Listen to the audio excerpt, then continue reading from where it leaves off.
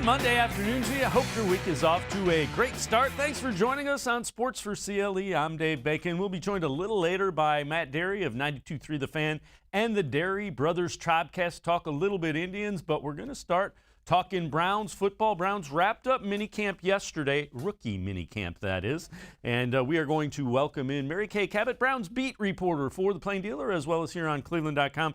Mary Kay, rookie minicamp, how different was it? What was it like being out there, and what sense did you get being out there for Browns rookie minicamp? We only got to watch one day, unfortunately. I would have loved to have gone back and watched the other 2 days. But there were only 18 guys out there. So that was how it was different mostly, is that there just weren't that many guys. So they kept it mostly to individual drills and walkthroughs and things like that. But you could pick up some things. We saw some things that you can kind of tell if the guy passes the eyeball test, how quickly they're picking things up. And that's probably the number one thing that I noticed, was that JOK, Jeremiah Owusu-Koramoah, was very, very quickly picking things up. Now, he was kind of close to us, and he was working one-on-one with the linebackers coach because Tony Fields was not there.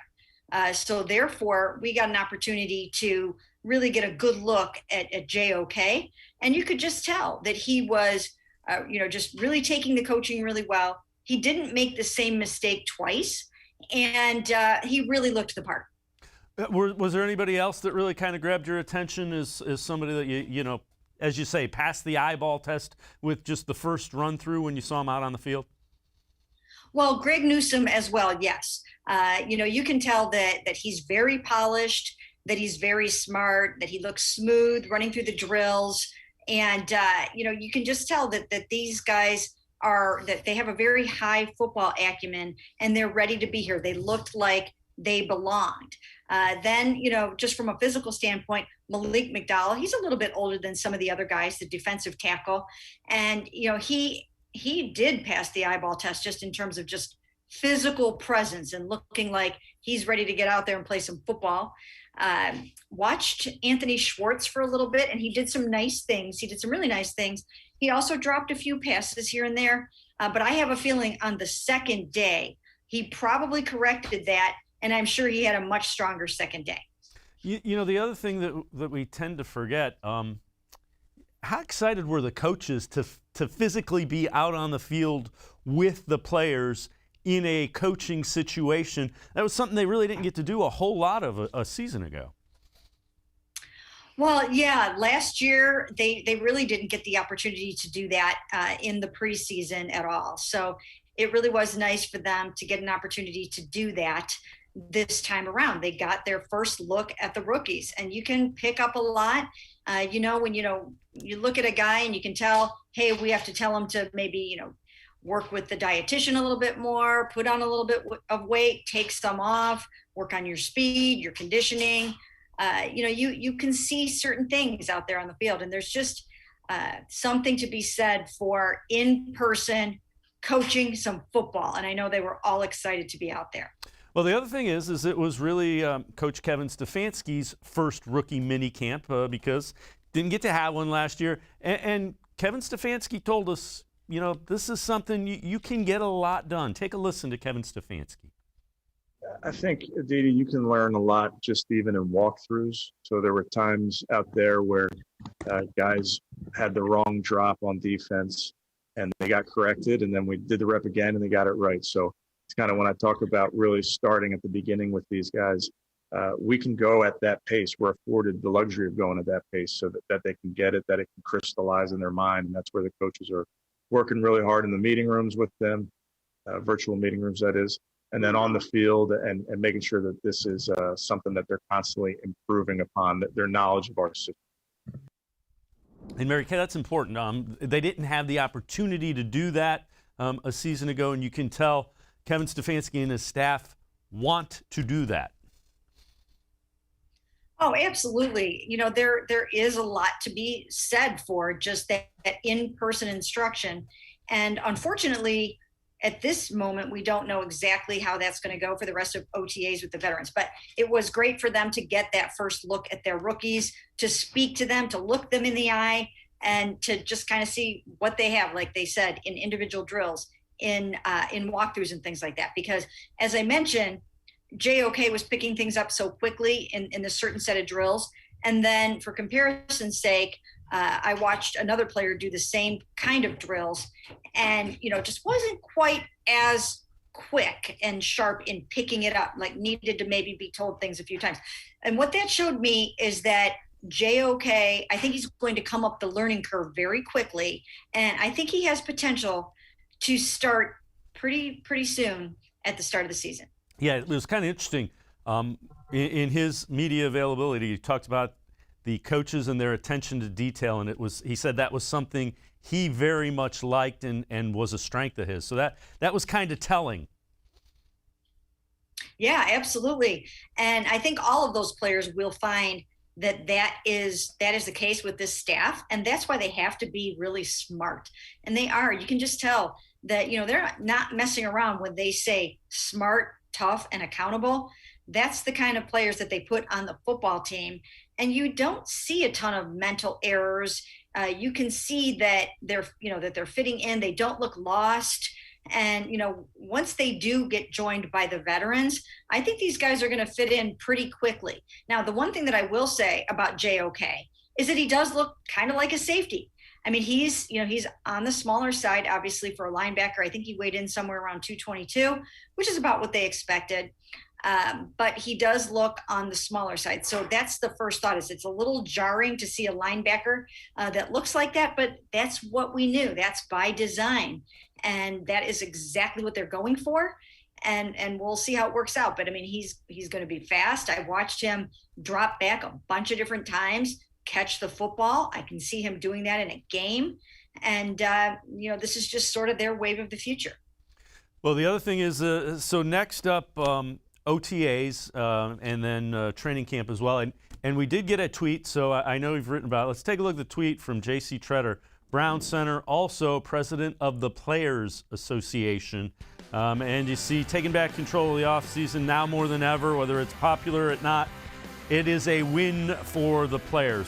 So, Mary Kay, take us through. I know you're familiar with this. He kind of wrote a letter on the Players Association front page that you can see as well.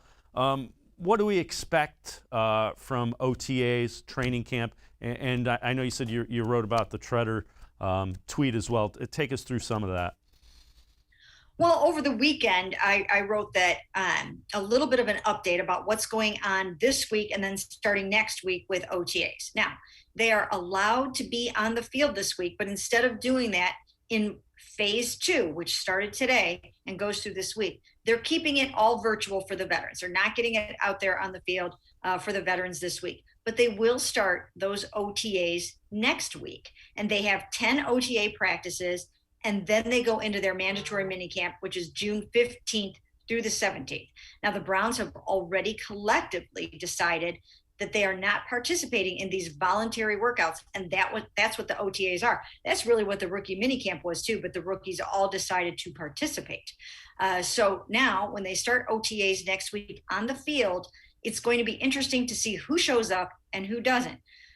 When we talked to Greg Newsome, he said he's talked to some guys that are kind of itching to get here and want to do something. So maybe some guys will come, maybe some won't. You've got guys that are rehabbing injuries. Those guys have been in and out of the facility already, so maybe some of those guys will be around. That includes guys like Grant Delpit, Greedy Williams. You got a guy like Andrew Billings coming off of a COVID-19 opt-out. Will he show up? I don't know.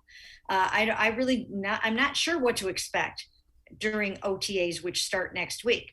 As you mentioned, J.C. Tretter wrote a letter today on the NFLPA website saying that guys are taking charge of this. And they're saying, we don't need to do these in-person voluntary workouts. We stayed healthier last year, not doing them. But it's been a little controversial because you had a player like Jawan James, the tackle from the Denver Broncos, who suffered a ruptured Achilles tendon or a torn Achilles of some sort, out for the season. And the Broncos now don't have to pay him his $10 million because that did not happen on team property. However, as JC pointed out, most guys work out in the offseason somewhere other than those 9 weeks of the offseason program with their teams. They're all working out on their own. So this is not a new phenomenon, and sometimes they get injured. So I think they're still trying to reinforce the fact that we don't want you guys showing up for these voluntary in-person workouts. And you certainly understand the players' point of view. I understand the team's point of view. They're going to have to come to some agreement somewhere in the middle in all likelihood. Yeah, and it might be kind of late for the OTAs part of it because whatever, I think as many as 18, 19 teams have already collectively decided that they are not coming to those workouts. And I don't know if some of those guys will show up anyways. But the thing to look to next would be the mandatory minicamp June 15th through 17th. To get it eliminated, that would have to be collectively bargained because right now it's in the CBA that they have this mandatory minicamp. But the NFLPA doesn't want players to have to do that. They want to give them their off season, stay on their own, stay healthy, and show up for training camp at the end of July, beginning of August. So that's one thing to keep an eye on. Mary Kay Cabot, Browns beat reporter, and I going to step aside, take a quick timeout.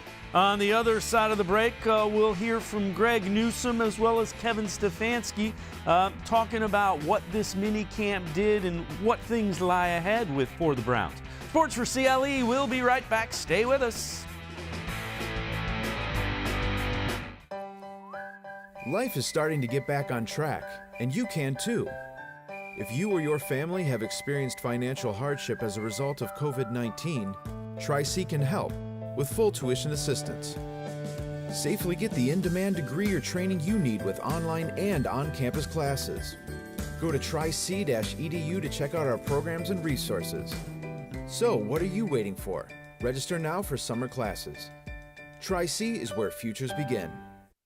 When it comes to selling you a mattress, most retailers are handing you a line. A long line of extra steps that drive up costs and create confusion. At the Original Mattress Factory, we simplify the mattress shopping experience by building mattresses and box springs in our own local factories and selling them direct to you.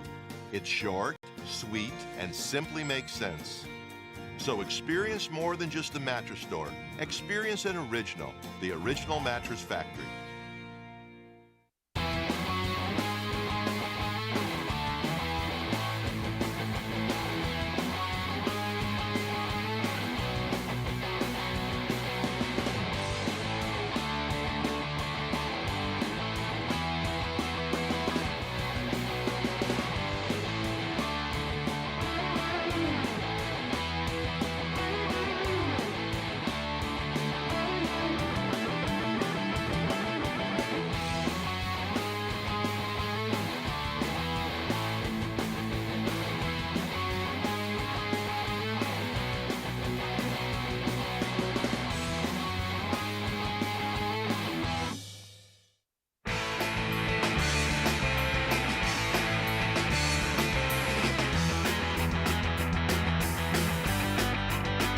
Welcome back to Sports for CLE. I'm Dave Bacon. We continue talking Browns. Rookies wrapped up rookie mini camp. Not a whole lot of guys there. And first-round pick Greg Newsome excited about the opportunity, especially because of what was able to be done for him. Yeah, no, it's amazing. Like you said, I'll never have this, one-on-one coaching ever again, pretty much. So the fact that I'm getting it right now and before, the vets get here is just giving me an edge. So when the vets get here, I'll at least know what I'm doing and not being that rookie who doesn't know anything. So it's good to get coaching after I make a mistake right away and, I can learn from it quick. So, I enjoy having that one-on-one coaching, but I know, starting next week when the vets start coming back, that I'm going to have to be able to do it on my own. Thanks, Daryl. Jeff Chanel, go ahead. Hey, Greg, I have two questions.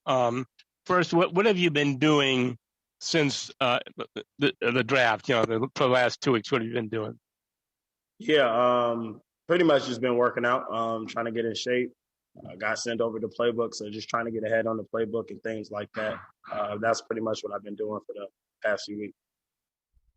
Let's bring back in Mary Kay Cabot. And Mary Kay, again, when he mentions playbook, wants to make sure he knows what he's doing, likes to get corrected quick. Those are all things that the coaching staff has to love to hear, and that's, I'm sure, one of the reasons that Greg Newsome was appealing to the Browns.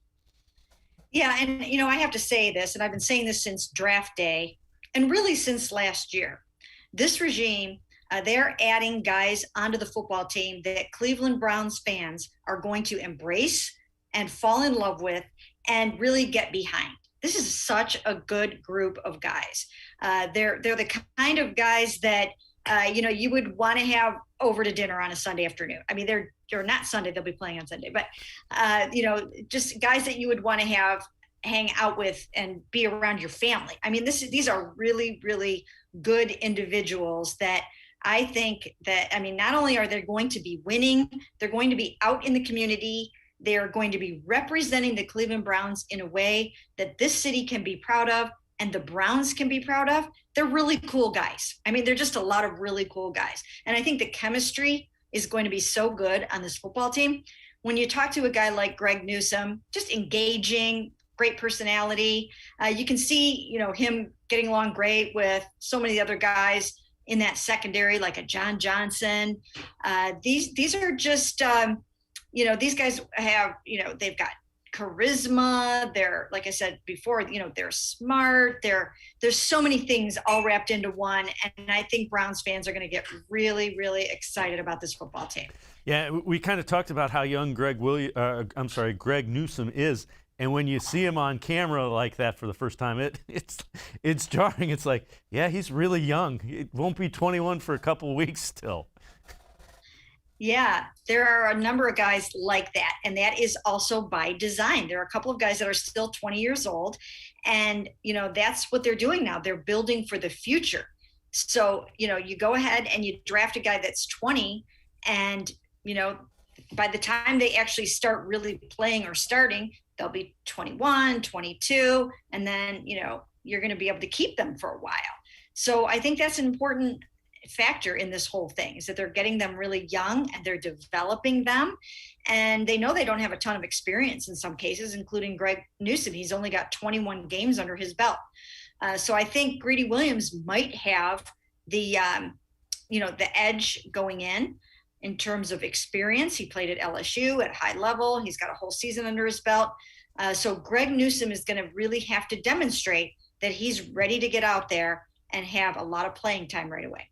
The other thing that Kevin Stefanski was excited about was teaching his system to the rookies. And again, he kind of addressed how important that was at this rookie minicamp.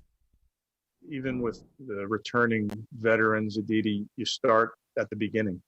And I promise you, that's all 32 clubs do the same. You start right at the general info page 1, and you talk about the huddle, and you talk about the personnel and the different hook drops and buzz drops on defense. So you really always start back at the beginning, and I think it's just an important way to teach. We don't want to skip any steps. So these young players are really hearing it for the first time. The veterans are hearing it for the second, third, fourth time. But that's kind of where we start with the rookies, and then when they enter the meetings with the veterans, then they need to catch up, and that's why we'll have extra meeting time with them. But we'll have plenty of time with them individually and try to catch them up as quickly as we can. And again, Mary Kay, teaching, coaching, and developing, nice things to hear that are important this time of year. Yeah, and it's a really good coaching staff. And I think that's why we saw a guy like Donovan Peoples-Jones come up the learning curve so quickly last year, because Chad O'Shea is really good at his job, and the passing game coordinator and wide receivers coach. And he really, really helped Donovan Peoples-Jones a lot. And he's going to have that same impact on Anthony Schwartz. And Anthony brings that natural speed that you can't coach, but what he is going to need is he's going to need work on those hands, and he's going to need work on his route running. And he's going to get a lot of help from Jarvis Landry, who he's working out with in Florida right now. But, actually, he's up here now. But he's going to get tremendous, tremendous coaching from Chad O'Shea. And it's like that across the board. This is a very teaching-oriented staff. They're fundamentally sound. They pay attention to detail. They're very hands-on. They're vocal during practice. We hear all those coaching points ourselves, and it's something to watch. Yeah, the other thing is Kevin Stefanski has kind of made it clear, and this will be a continuing message that he sends to the veterans. Last year's results don't ensure success in 2021. Take a listen to Kevin Stefanski. I don't think it's hard. I think our players are smart enough to realize that. So I think one way, like I said earlier, Aditi, is you go back to the beginning and you install plays that the guys have heard already, but you dig into the minutia of them, and that's part of being a pro, is not getting bored. So we will start back at square one, and we've done that to a great extent with some of our meetings that we've had with the veterans to this point. But I just firmly believe that you got to go back and reinforce that foundation. Whether you feel like you build a foundation or not, you definitely have to go back and reinforce it year in and year out. And Mary Kay, it's really interesting because Kevin Stefanski has made it clear he doesn't even want to talk about the success they had a season ago. Yeah, you know what? It's time to hit the reset button. They cannot rest on those laurels. They have to start fresh. And I think one of the key things, I've been saying this all along, is that I think you'll see so many different things from this offense. They can be so multiple, and they will do more than they did last year. They had to kind of crawl before they could walk last year. Now they can run. They hit their stride a little bit midway through the season, and we saw a pretty explosive offense, but I don't think they've even scratched the surface yet of what they're going to be able to do now that they have a full season under their belt, now that they know what Baker Mayfield is capable of, now that they've got Odell Beckham Jr. coming back. They know what they know how they want to use Kareem Hunt and Nick Chubb. So I think you're going to see some really, really cool things. I think they will bring in more ideas from Alex Van Pelt, Chad O'Shea, Bill Callahan, Stump Mitchell. And I just think it's going to be dynamite from the start. Mary Kay Cabot and I, Browns beat reporter for the Plain Dealer as well as cleveland.com. We're going to step aside, take a quick time out on the other side of the break.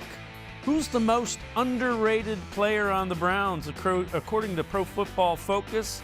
What is Baker Mayfield doing in the offseason? And which linebacker's really going to have to fight to earn a spot on the roster?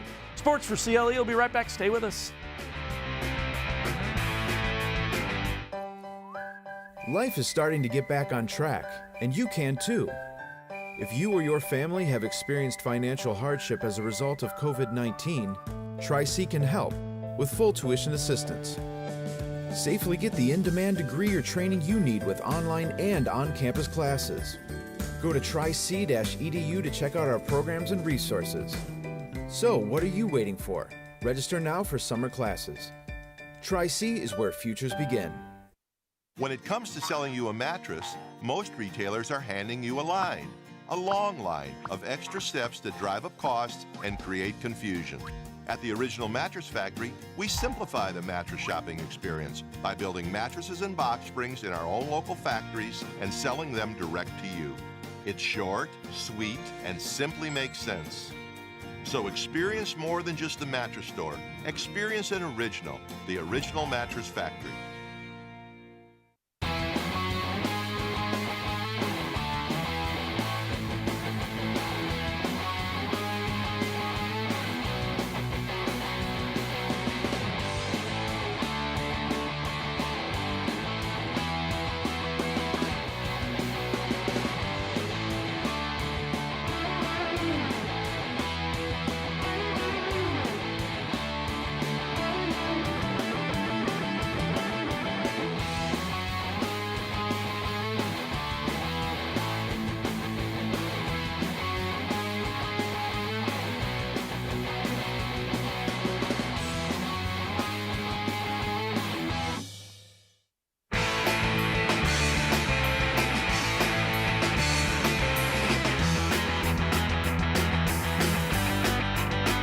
Welcome back to Sports4CLE. I'm Dave Bacon. We continue talking Browns with Browns beat reporter for the Plain Dealer as well as cleveland.com, Mary Kay Cabot.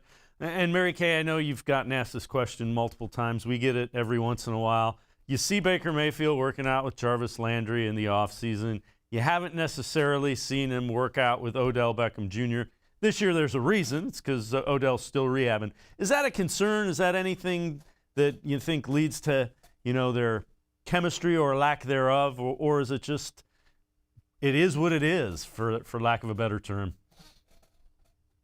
You know what? I think they'll be fine. I think that it will help if they can get together somehow at some point this offseason and work out together. I don't know if that will happen or not before training camp. Not really even sure yet, like we talked about before, if there will be that mandatory minicamp. If there is, I think they'll be able to set the foundation there. And if they can get together, you know, I know some of those guys are going to be working out again in Weston, Florida at House of Athlete. Maybe Odell will be ready by that time. But he's still coming off of a torn ACL. So the important thing is to get him to the season healthy. Now, every time we've ever asked him about that chemistry with Baker Mayfield, he has always attributed it to, just being on the field, time on task during a game. He always says, just throwing and catching on air is not going to cut it. You've got to find your mojo together during a game. And he feels very strongly about that.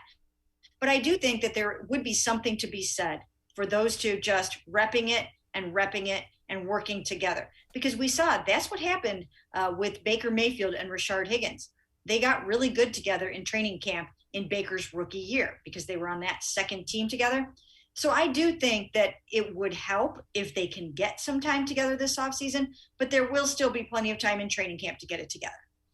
Okay, now linebacker is an area the Browns have upgraded, and a season ago the linebackers struggled a little bit. Which ones do you think need to really step it up, or they're going to be on that roster bubble and even potentially make a cut? I think Sione Taki will be okay because he's so good against the run. He actually graded out very highly according to Pro Football Focus last year against the run, and you need a guy like that. So I would think he's pretty safe. I mean, Jacob Phillips was just drafted last year in the third round out of LSU. He's safe. They expect him to take that big step up next year. But you're right. They did go out and they drafted a JOK. They drafted a Tony Fields, who, by the way, might not be able to practice very much this offseason, but should be ready for training camp with the foot injury that he suffered a couple weeks ago. And then they signed Anthony Walker as a free agent. So it's starting to get a little crowded in the linebacker room. I've been saying that someone that will have to step up his game in training camp will be Mack Wilson. He did not grade out well last year, and now there are weak side linebackers vying for his spot, including JOK and Tony Fields.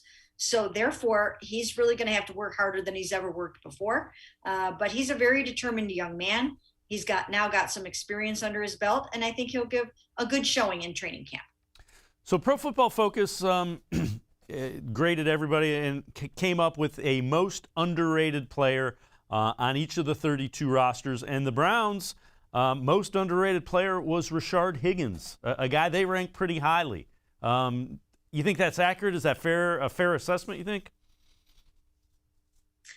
Yeah, I would think so. I mean, Rashard does a lot of things really well. He's got that connection with Baker Mayfield. He's a good, precise route runner. He's got good hands.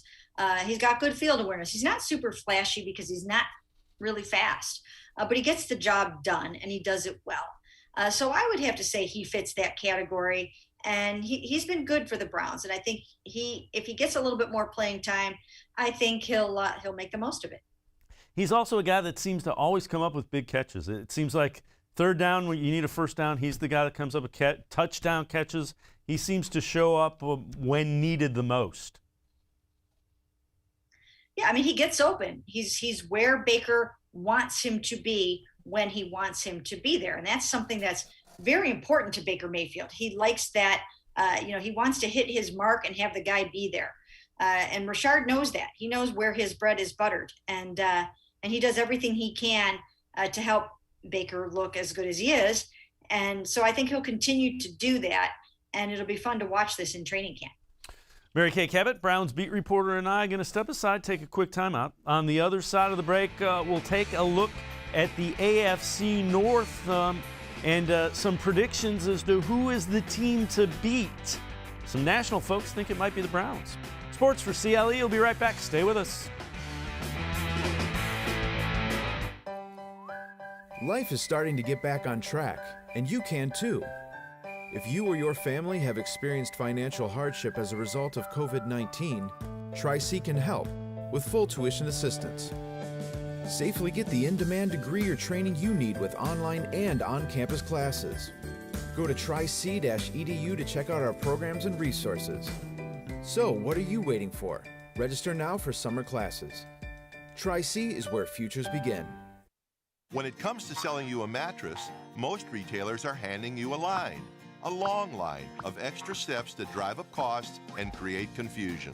At the Original Mattress Factory, we simplify the mattress shopping experience by building mattresses and box springs in our own local factories and selling them direct to you. It's short, sweet, and simply makes sense. So experience more than just the mattress store. Experience an original, the Original Mattress Factory.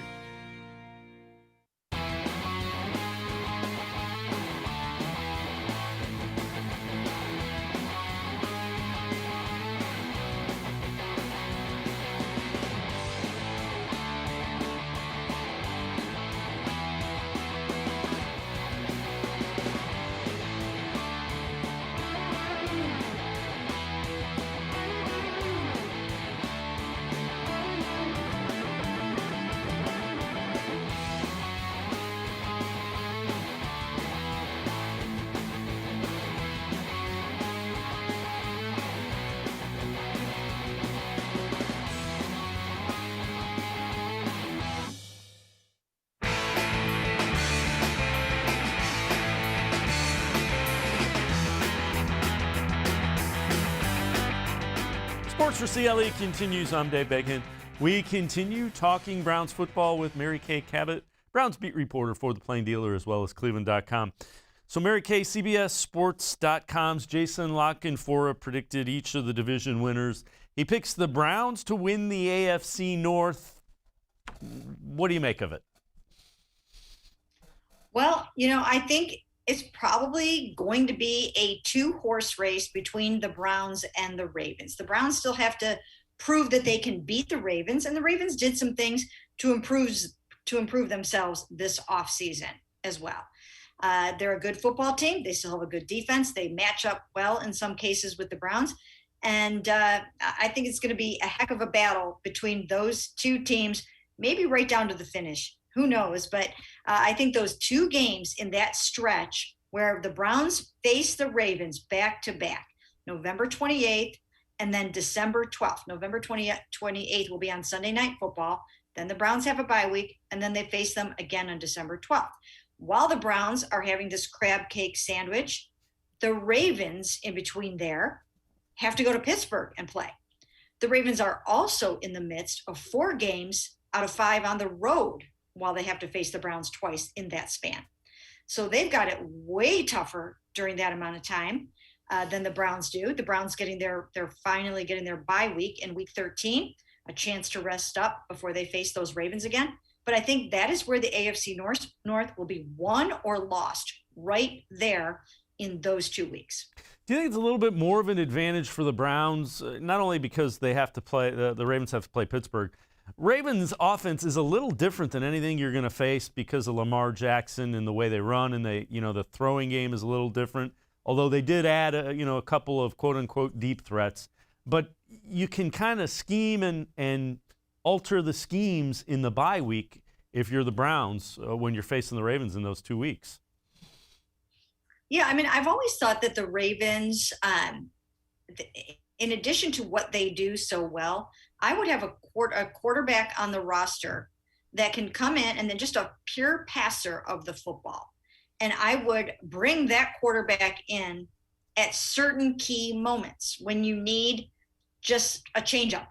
And if you feel that there are certain deficiencies that Lamar might have, I think you could really give defenses a lot to think about if you brought in a quarterback at certain times. I mean, it just seems like it would make sense to me. People always say that's the one thing that Lamar needs to work on is, some of his passing. Well, maybe he does, but if he has limitations, why not get somebody else to also do the job occasionally? It's an unorthodox suggestion. I understand that. But that's what this league is all about. It's about thinking outside the box. It's about innovating and doing things differently. You have to stay 1 or 2 steps ahead of the competition. So I'll be very interested to see what the Ravens come up with this year, and the Browns too, as we talked about before. They cannot rest on their laurels. They cannot just do the things they did last year. They've really got to advance and grow and try to do whatever they can to win this division, because that's going to be the easiest way to make it to the playoffs. The other thing is Pittsburgh is always Pittsburgh. Mike Tomlin's a really good coach. They're going to be around 500 regardless. They added Najee Harris. That should help a running game, although the offensive line was a little bit iffy, and Ben Roethlisberger late in the season did not play very well. We'll just say it. Do you think the Steelers are kind of on the downside now, or do you think they could still find a way to sneak in there and make it even maybe a 3-team race in the North? Well, you can never really count out the Steelers because they always have a good defense. And, you can never really count out Ben Roethlisberger because he is a future Hall of Famer. And now that he's got a running game, I think that will help him. But you also have to have a good offensive line to block for Najee Harris and to protect Ben Roethlisberger. That's vitally, vitally important. And I just don't know if they have exactly what they need there at this point, especially when you're going to be going up against now Miles and Jadeveon Clowney and some of the other guys that you're going to have to face. But it is the Steelers. They're well coached. They've got a great front office. They know how to stock a football team. And I don't really think that you can count them out and say that they're not going to be part of it. They won 12 games last year. And, you don't necessarily win 12 games by accident. Now, they had a pretty easy schedule last year, and they've got the toughest schedule in the NFL this year. And that is going to be a really, really tough road to hoe for them. But once again, we're still talking about the Steelers. You've got 3 really good receivers on the football team. Now you've got Najee Harris. You've got Ben Roethlisberger. I certainly don't think you can count them out 100%. The other thing is you look at the Cincinnati Bengals, and they're starting to accumulate some really nice talent. Joe Burrow looked like he can play. They get Jamar Chase, wide receiver. You get Jackson Carman, big tackle, who's a local guy down there from Fairfield High School. So they're starting to get some talent. They're probably still a little bit away from being, up competing for that North. But they're starting to put together some talented football players together down in Cincinnati. They really are. I mean, just when you look at the battery of Joe Burrow and Jamar Chase, I mean, that's going to be dynamite right off the bat. And they have a lot of other pieces on that offense that are tough to contend with. And look, when you look to that game last year in Cincinnati, that was a very, very difficult victory for the Browns. And, it didn't help the Bengals that Carlos Dunlap and those guys were on the sidelines trying to put their houses up for sale, in the fourth quarter or whatever. They just didn't want to be there. They didn't want to play. So that dynamic is kind of over with. No one really knows how Joey Burrow is going to come off this ACL right away, so that will be a factor. But they gave the Browns a really good football game in Cincinnati, and if Joe Burrow is back healthy, you got to watch out for him. Mary Kay Cabot, Browns beat reporter for The Plain Dealer as well as cleveland.com. As always, appreciate the time and the insight. Thanks very much, Mary Kay. My pleasure. All right, make sure you read Mary Kay Cabot in the pages of The Plain Dealer as well as cleveland.com. We're going to step aside, take a quick time out. On the other side of the break, we switch gears a little bit. We're going to talk Indians baseball with Matt Dery from 92.3 The Fan and the Dery Brothers Tribecast. Indians straight ahead. We'll hear from Chris Antonetti. Sports4CLE. We'll be right back. Stay with us.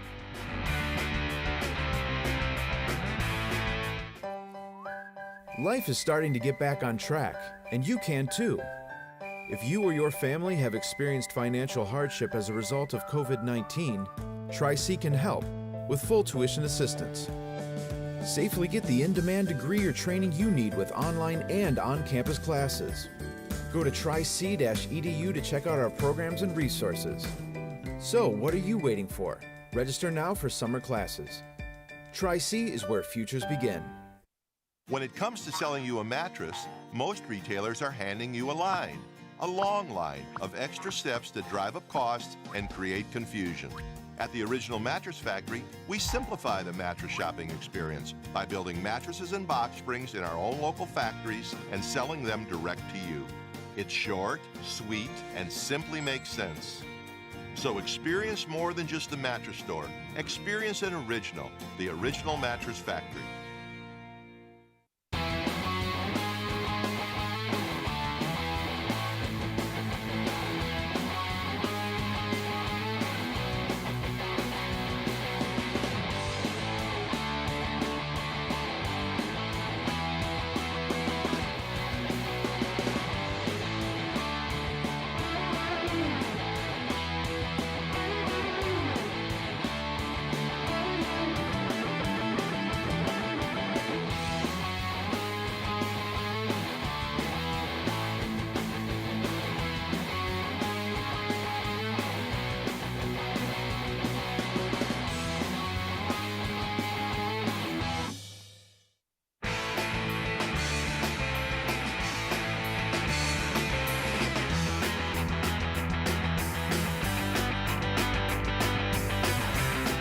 Welcome back to Sports for CLE. I'm Dave Bacon. We're going to shift our focus a little bit, talk a little Indians baseball. Memorial Day is closing in. That's generally where you can start to make some assessments of how the team is and where they are. Indians, Chris Antonetti talked about some assessments of where the Tribe is right now relative to where the expectations were for them. Just when we reflect back on, what we expected coming into the season is that we expected to have a really competitive team, but we knew we were going to be young. And our success was going to depend upon how that young group of players continued to grow at the major league level. And what we've seen so far is, by and large, that group's done a really good job coming together and finding a way to do both things, win games and continue their individual development. And we know for us to be a successful team for the balance of the season, that's going to have to continue. Chris Antonetti of the Indians. Let's bring in Matt Dery from 92.3 The Fan, as well as the Dery Brothers Tribecast. Matt, appreciate the time. What do you make of where the Indians are? That division is there for the taking, I think. Offense needs to be a little bit better. Dave, I think it needs to be a whole lot better. You're right.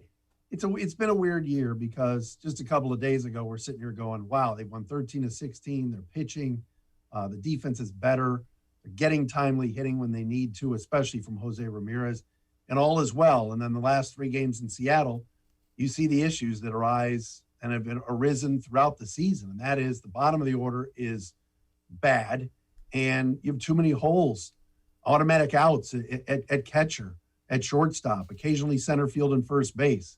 So they've got to pick it up. And this week, you're going against the Angels. That's a top 10 hitting team in the league with Trout and Ohtani, Justin Upton, Anthony Rendon. They're going to have to score some runs this week. Yeah, without question. And, I think one of the guys they miss, and I think they miss him a lot, is Roberto Perez. I'm willing to live with his shortcomings offensively. He's a guy that, when he's healthy, he's going to run into 15 to 20 home runs because he has that type of power. But he is a guy who keeps the staff going and just understands. And you look at a guy like Shane Bieber, he struggled his last few times out. I don't think it's necessarily, and I'm not downgrading Austin Hedges. I think Hedges is a really good defensive catcher. But when a pitcher has to sit there and think too much about how he's setting up hitters, him and Perez are on a different level. And I think it's Perez being out of there, I think it affects Bieber. It's a good point. I can't disagree with you. I think Austin Hedges defensively is pretty darn good, especially framing pitches and doing what he does. But you're right, that synergy that certainly Roberto has with Shane Bieber is definitely apparent. They're going to need Shane to be better than he's been over the last couple of starts, kind of labored through that start this week against the Cubs and was up to 120 pitches. And I couldn't believe Tito left him in the game.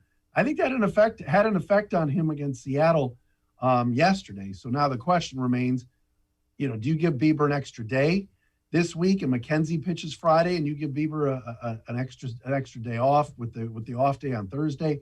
Or because Tristan has struggled so much, maybe he gets his start skipped over and you wait and pitch him in Detroit. So there's a lot of things that the organization has to figure out. No team is perfect, that's for sure. I think the White Sox are the best team in this division. But like you said, Dave, the rest of the division right now is really, really bad. So an opportunity, because you play all those division teams, to win more games and get into the playoffs. I think this looks like it could be a wild card team. They've got to add a bat. They've got to add 2 bats. And shortstop, first base, they've got to get that figured out. Yeah, I would agree wholeheartedly, and we'll get to that in a minute. Now, you mentioned McKenzie. That's another guy who has struggled since Roberto Perez has been out. And one guy that has gotten things figured out, though, is Zach Plesac. And he had a patch where he went to 2-3 starts where he just didn't look quite right. They figured it out with him. Take a listen to Carl Wills, pitching coach, about Plesac and him figuring some things out. It's really been cool to see.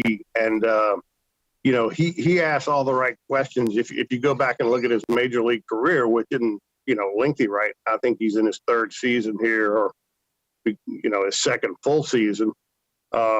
He'd never really, had a little bump in the road. He'd been very successful. And I think the one thing we had to really get through to him is that, elite pitchers, Cy Young caliber pitchers, everyone goes through a stretch at some point in time where things maybe aren't clicking and they're having bits of struggles. And how those guys get through that is trusting their work, trusting their routines, and staying diligent in doing what works for them, and not necessarily trying to feel like they have to recreate themselves or do something differently. He has gotten through that. He's in a very good place right now. We actually had the discussion yesterday. Okay, remember how it felt when things were a bit of a struggle and how you got yourself out of it. Okay, now you're out on the other side. Let's don't take that for granted. Let's still pay attention to that routine and those details that we're focusing on, so that you stay here as long as you can. And when the next bump comes, we know how to handle it. And Matt, the other thing about it, Plesac had 20-plus innings scoreless, broken up with that 2-run homer. But, again, I think Perez is a guy that just settles those younger guys down. He's kind of like, he knows how to manage the personalities of the young pitchers. And that's what it is right now. Make them believe they belong and they're good enough to do what needs to be done. Well, and you bring up the point about youth. I mean, this is the youngest rotation in the game, yet it's one of the better rotations in the game, so that's a good sign.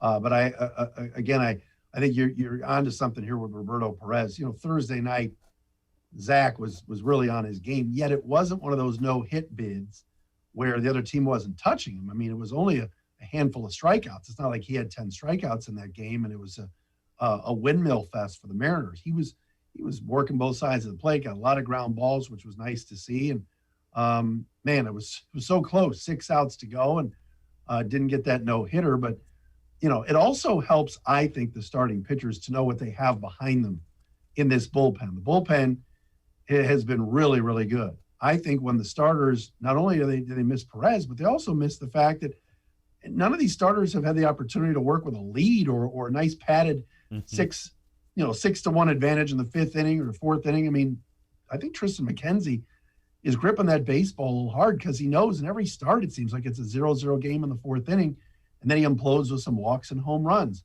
So offense has to pick it up so some of these starting pitchers can breathe a little bit. Yeah, especially the young guys. You're absolutely right. They haven't, the young guys still kind of, until you get to a certain point, and Bieber got there pretty quickly, and Plesac's getting there, you can only do what you can do, and you can't worry about making a mistake. But they see it every night. They know if they give up 4 runs, 3 runs, it's going to be a long night for them. Yep, no doubt. And like I said before, this team that they're playing now, they're the opposite of the Indians. The Indians can't hit, but boy, can they pitch. The Angels can't pitch, but they can hit. So there might be, there's 3 games in this series coming up tonight, starting tonight, where you're going to have, 1 or 2 that might be an 8-7 game, 7-6 game, and the Indians, they need to be the team that's on top there because to get into that Angels bullpen, some good things can happen.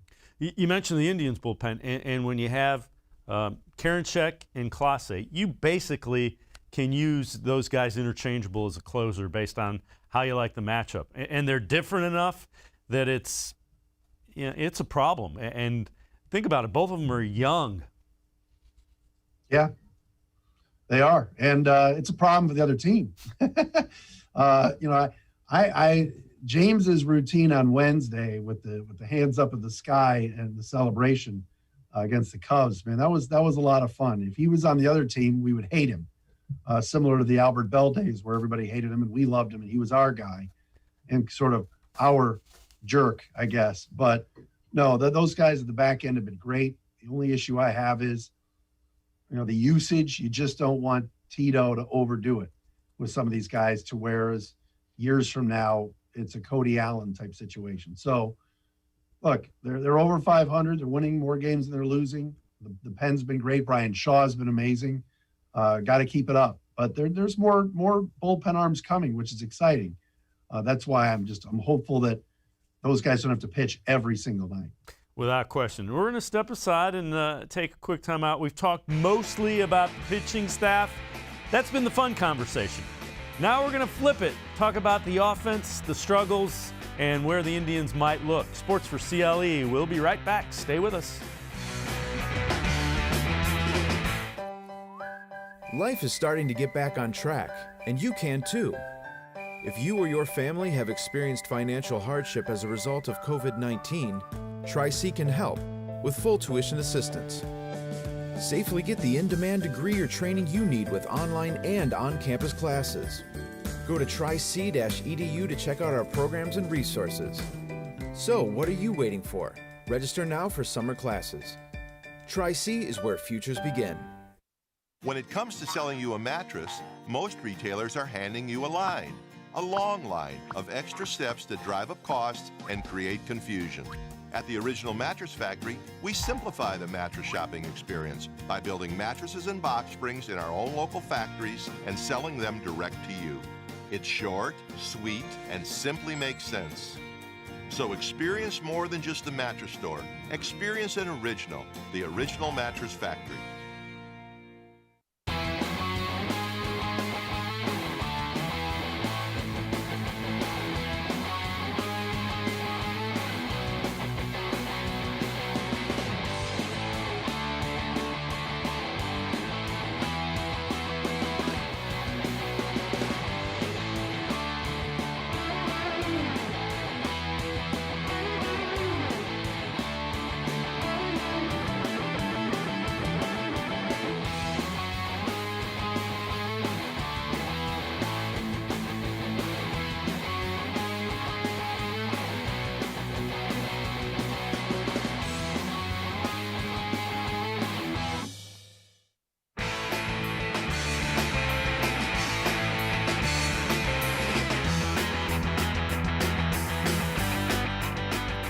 Welcome back to Sports4CLE. I'm Dave Bacon. When the Indians score 4 runs, they have an outstanding winning percentage. Problem is, they haven't scored 4 runs a whole lot. Take a listen to Terry Francona talking about the offense so far this season.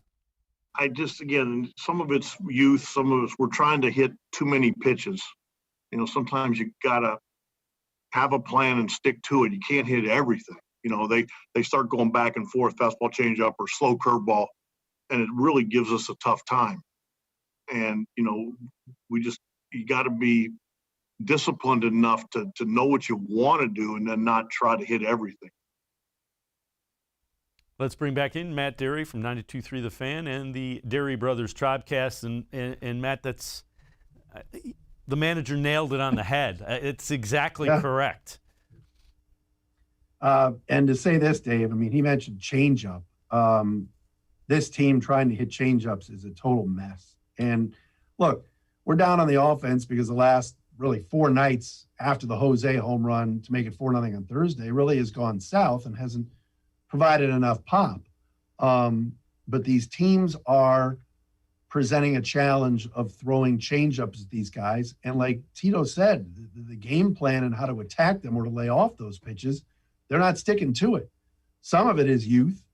Some of it is there just aren't enough good hitters in this lineup. You know, my brother on our podcast, and we have a new episode out today, always jokes that I dislike Ahmed Rosario. I just don't think he's an everyday player. I don't think Jake Bowers is an everyday player. I don't think Harold Ramirez is an everyday player. I don't think Andres Jimenez is an everyday player. A lot of these guys are playing every day. Jordan Luplow is a specialist against lefties. And I know he's been better against righties, but he's hitting below 200. This team needs a shot in the arm. They need a couple of bats that they can put out there every single day that are going to contribute. I don't know if it's trading for Joey Gallo or bringing up Owen Miller right now, but there need to be some more consistent bats in this lineup for this team to take that next step. And I know this year is kind of a transition year. They want to win, but they want to play young guys. But there's too many holes in this lineup right now. So you mentioned Owen Miller. That's the guy who's hitting the ball at AAA. Take a listen to Chris Antonetti talking about Owen Miller and what he's doing down at AAA. Yeah, Owen's gotten off to a great start to the season and continues to position himself well for a major league opportunity when it's there. He's continued to have a very productive offensive approach at the plate, and he's done very well defensively and bouncing around the diamond. He's played third base, shortstop, second base, and first base. So Owen's doing everything he can to take advantage of the opportunity he has and prepare himself for that major league opportunity when it's there. What kind of defensive shortstop is he?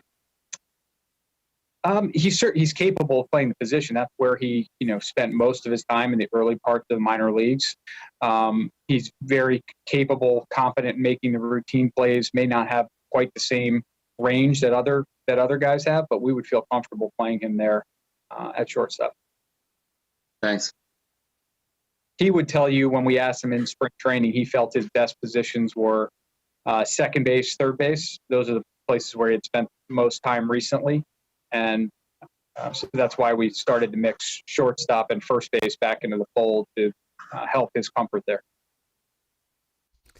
And Matt, he has 21 hits in 11 games. Not a math major. Yeah. That's almost 2 a game. Yeah, neither am I, Dave. I know. I did well, actually, on my math SAT, which makes no sense because I'm a verbal guy. But he's a beast. I mean, he's a beast as a hitter. And will it translate to the next level? No one knows. There are guys that just light it up in spring training and light it up at AAA and then come up and struggle. But you watch the highlight package that your crew put together there. I mean, hitting it to all fields, whether it's a single, whether it's a home run, the double down the line the other night that cleared the bases against Omaha. I mean, he can really hit it, and it's time. To me, I would have had him on an airplane to LA last night, and with 2 starting left-handed starting pitchers that they'll face Monday and Tuesday, I think they're going to wait until Friday, start him off at home, make that have him play a little bit in Toledo this week for Columbus, and then the easy drive on the turnpike back up to Cleveland. That's my guess. But then the question is, where do you put him? I like what Chris had to say, Antonetti, where, we want to get him familiar with short and first. Well, no, second and third, those guys play every day. Jose Ramirez is not moving from third base, and Cesar Hernandez plays second every day. So, yeah, short and first are holes right now. So he's got to play one of those spots, and soon. Yeah, and I would agree. And the other thing is, you've got Jake Bauers, and again, I'm not going to be that guy that continually, points out, but the at-bats are getting more inconsistent. Let's put it that way. And at some point in time, you're being nice. You're being nice. Well, there's some that are just not good, and then he comes back, and it's like, okay, that was better. But he's not sticking to his plan. Terry Francona mentioned sticking to a plan.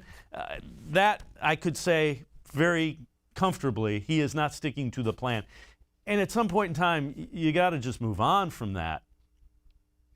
No, I don't think there's any question. And it's not like Jake Bauers is playing shortstop or catching on an offensively dominant team where you could take his defense and be fine with it. He's playing at a premium offensive position at first base. He's clearly their best defensive first baseman, but this team, how much is it really valuing defense right now when you're trotting out, you got a circus act out in center field, no matter really who it is out there. And shortstop's been an issue defensively, whether it's been Rosario or even Jimenez, who I like, but Andres needs probably a little spin down to Columbus just to get his confidence back. So whether, the Bauers thing, when do they cut the cord? I'm assuming they have a plan where it's like, we're going to give him 2 months. The DFA situation, he's out of options, but I really don't think he's going to go anywhere else and turn into the next, Albert Pujols at first base. So I just think it's time for Owen Miller. If they're worried about his range at shortstop, then play him at first base. But they've got to have his bat in the lineup. And you wonder about Bobby Bradley. I know he's got the power numbers at Columbus, but the average is below 200. Daniel Johnson, what are they thinking? Do they bring Miller up and he plays short? Naylor moves to first, and then Daniel Johnson's in right field. But they need a jolt somewhere. I think the first name for sure, no question, is Owen Miller, and I'd be stunned if he's not here by at least Friday. Yeah, I would agree. He's certainly opening eyes and forcing his way up. Matt Dery from 92.3 The Fan and the Dery Brothers Tribecast, as always. Appreciate the time and the insight. Thanks very much, Matt. Appreciate it.